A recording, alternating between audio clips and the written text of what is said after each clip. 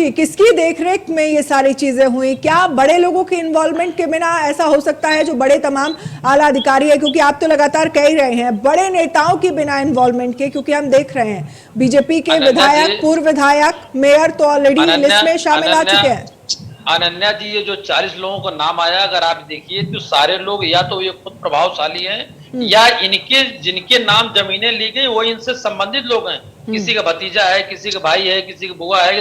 मतलब होता क्या है कि जो चाहे वो नेता हो, चाहे अधिकारी हो, चाहे वो कॉर्पोरेशन का, ये सारे लोग जमीन खुद के नाम नहीं लेते, अपने सगे संबंधियों का नाम लेते हैं और उसका लैंड यूज या ये कहिए उसका उपयोग करके, इसीलिए जमीन का रातों रात रेट भागता है। और उसकी तो उसमें राजस्व हानि एक बड़ा अपराध है, जिसकी जांच के लिए विशेष सचिव राजस्व को नियुक्त कर दिया गया। लेकिन ये देखना पड़ेगा कि अगर वो जमीन भूमि गृहित थी या किस तरीके की थी। लेकिन जो अभी आपके चैनल पे आने से पहले मैंने वहां चर्चा की, स्थानीय अपने 2-4 पत्रकार मित्र साथी थे, उसमें ये भी बात है कि बहुत सारी जमीन ऐसी थी जिनका लैंड यूज तो छोड़ दिए साहब, वो भूखंड का फ्री होल्ड तक नहीं हुआ था। तो मुझे ये लगता है कि अपने प्रभाव का, अपने पावर का गलत इस्तेमाल करके ये चीजें हुई हैं। और अयोध्या कितना आज के रेट में क्रीम है, जमीनें आसपास कितनी महंगी हैं, मुझे लगता है पैनल बैठे हुए सभी लोग जानते हैं। केसी जैन जी, जवाब दीजिए। पावर का गलत इस्तेमाल किया जा रहा है, और जब लल्लू सिंह ने चिट्ठी लिखी इस पूरे मामले को लेकर, तो क्या पार्टी की तरफ से उस पूरे मामले को लेकर अभी तक कोई संज्ञान लिया गया है? देखिए अनन्या जी, जब ये चिट्ठी माननीय सांसद जी ने माननीय मुख्यमंत्री जी को लिखी, उसके बाद में ही ये प्रशासन सक्रिय हुआ है और ये 40 लोगों की लिस्ट उसके बाद में ही। दूसरी बात ये कि अगर सरकार कहीं पे भ्रष्टाचार में लिप्त होती तो सरकार जांच कराने के लिए क्यों तैयार होती? सरकार कार्रवाई क्यों करती? और 40 लोगों के नाम कहाँ से आते? ये भी सब पेंडिंग रहता। लेकिन हम इस चीज को मान रहे हैं कि हो सकता है इसमें कुछ लोग इन्वॉल्व हों जो पार्टी से जुड़े हों, लेकिन जांच हो जाए, चीजें सामने आ जाए।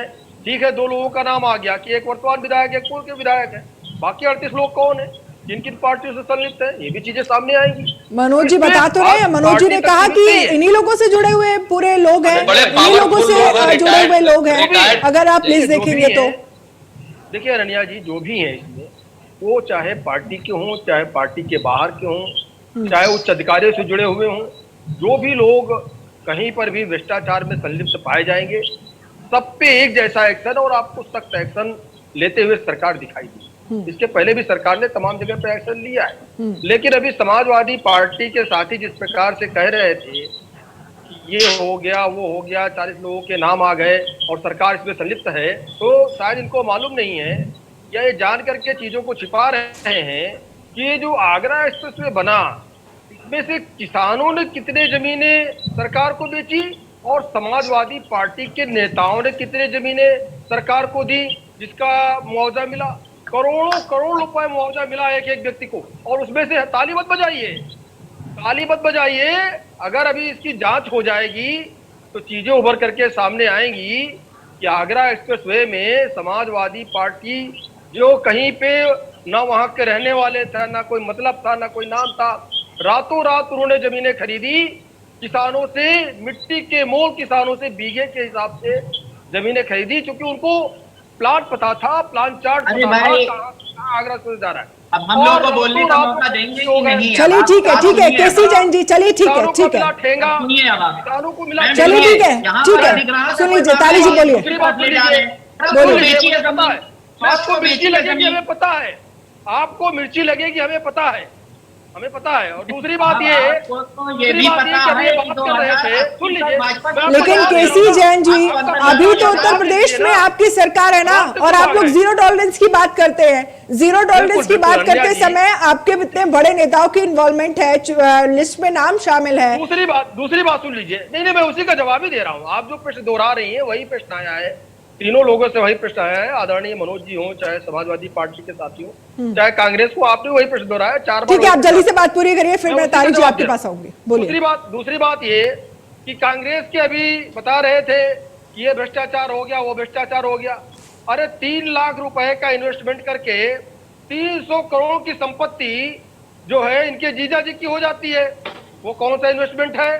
कहां से 3 लाख रुपए देश से बेचने 300 करोड़ की वालों, संपत्ति हो गई देश थी। बेचने जीजा वालों, जी की देश बेचने वालों, जीजा जी तो अंबानी अडानी है, बाड्रा जीजा जी बाड्रा तो का अडानी एफिडेविट अंबानी है, देश बेच ये दिया, बाड्रा जी का 10 लाख एफिडेविट था, करोड़ बाड्रा का जी का बच्चे खाते एफिडेविट में पैसा डाल दिया 3 आपने। लाख रुपए शर्म इन्वेस्ट तो आती करके नहीं 2 है। साल के अंदर 5 जी पे 5 जी को 1.5 लाख करोड़ में बेच दिया, 2 जी पे कहते थे 1,70,000 करोड़ का घोटाला हो गया। 300 करोड़। पीएम केयर्स में कितना पैसा है 3 लाख बताइए। रुपए इन्वेस्ट करके 2 साल में 300 करोड़ की संपत्ति हो गई बताइए बाड्रा की। आपके तब एक्सप्रेस सरकार में किसकी थी? सबसे ज्यादा सरकार भ्रष्टाचारी तो किसकी आप थी? लोग हो। सरकार PM किसकी केयर्स में थी? कितना कौन सी पैसा जमीनें है? खरीदी, कौन सी जमीनें बेची? भगौड़ों के भगौड़ों चलिए ठीक है, केसी जी आप तारिक जी कुछ कहना चाहते हैं, तारिक जी अपनी बात पूरी करें, बोलिए।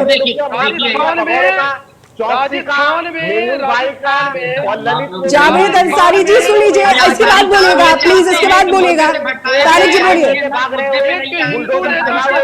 केसी जैन जी एक एक करके देखिए, आप लोग अगर बात रखेंगे ना, आप लोग एक एक करके अगर बात रखेंगे तो ही आपकी बात प्रॉपर समझ आएगी। एक साथ सब बोलेंगे तो इस चीज का कोई फायदा नहीं है।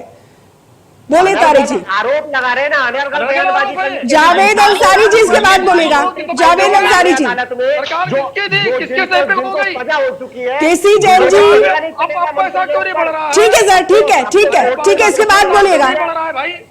तारिक जी बोलिए, तो 3 लाख का 300 करोड़। तारिक जी आप बोलिए। अब पैसा नहीं देखिए बढ़ रहा है अंसारी बाड्रा का। साहब एक बात समझिए, अब बाड्रा घाटे में जा रहे हैं। मिलती है बता रहा हूँ ना, किस कौन तरीके से घाटे में जा रहा है, बाड्रा बता रहा हूँ, को ले देश घाटे में जाएगा। जा रहा बाड्रा है। घाटे में क्यों जा रहे हैं भाई?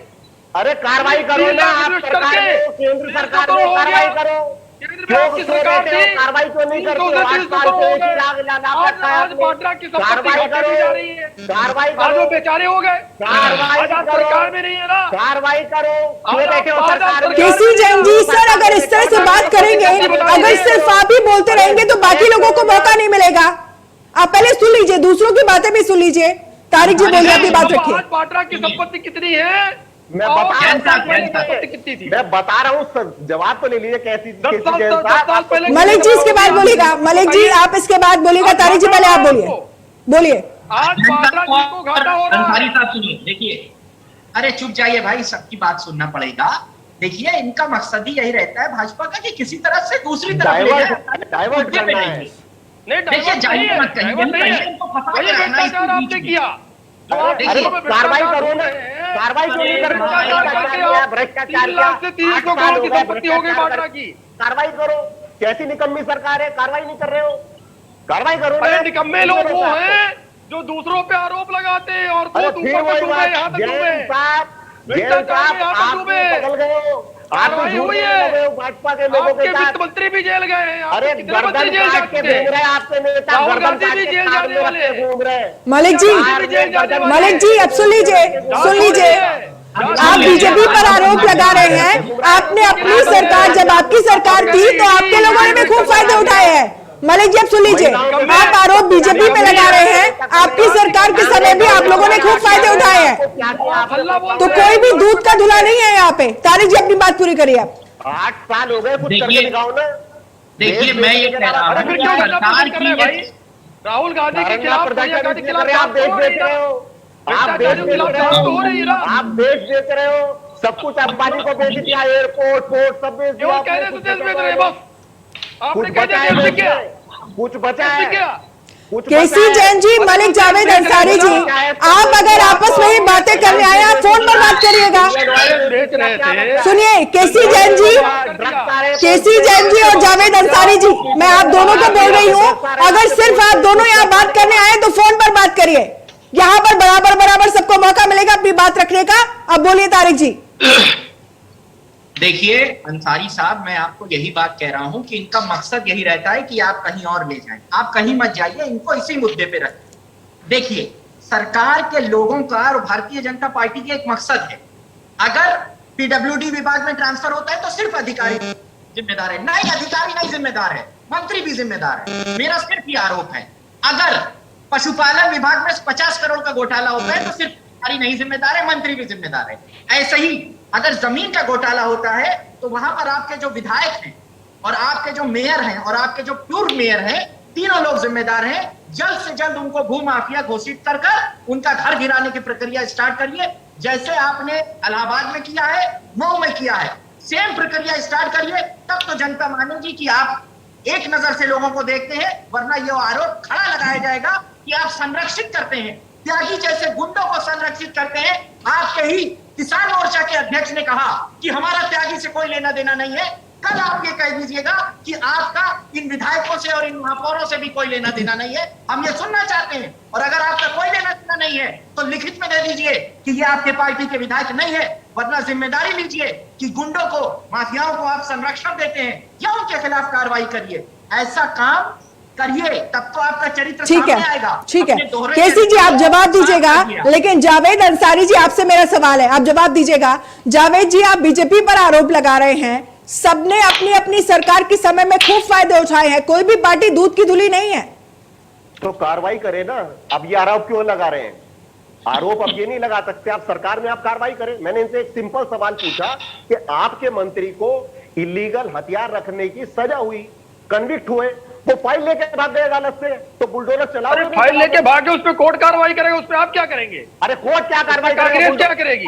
कांग्रेस धरना देगी? कांग्रेस तो धरना देती है केवल बचाने के लिए सोनिया गांधी को, राहुल गांधी को। बर्खास्त करो आप मंत्री को। कांग्रेस तो सोनिया गांधी जी को, राहुल गांधी जी को बचाने के लिए केवल धरना देती है ना, कि वहां जज साहब के सामने जाके आप धरना देंगे?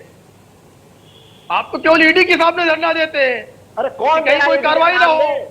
सिलेंडर बिक रहा है 1100 रुपए का, आप सोनिया गांधी, राहुल कुछ है नहीं, गर्दन काट रहे हैं आपके नेता और कार में रख के घूम रहे हैं। लानत है आपकी सरकार पे। लेकिन जावेद जी, बीजेपी तो कह रही है जब संसद में महंगाई को लेकर चर्चा होती है तब लोग आप लोग बाहर होते हैं, जब संसद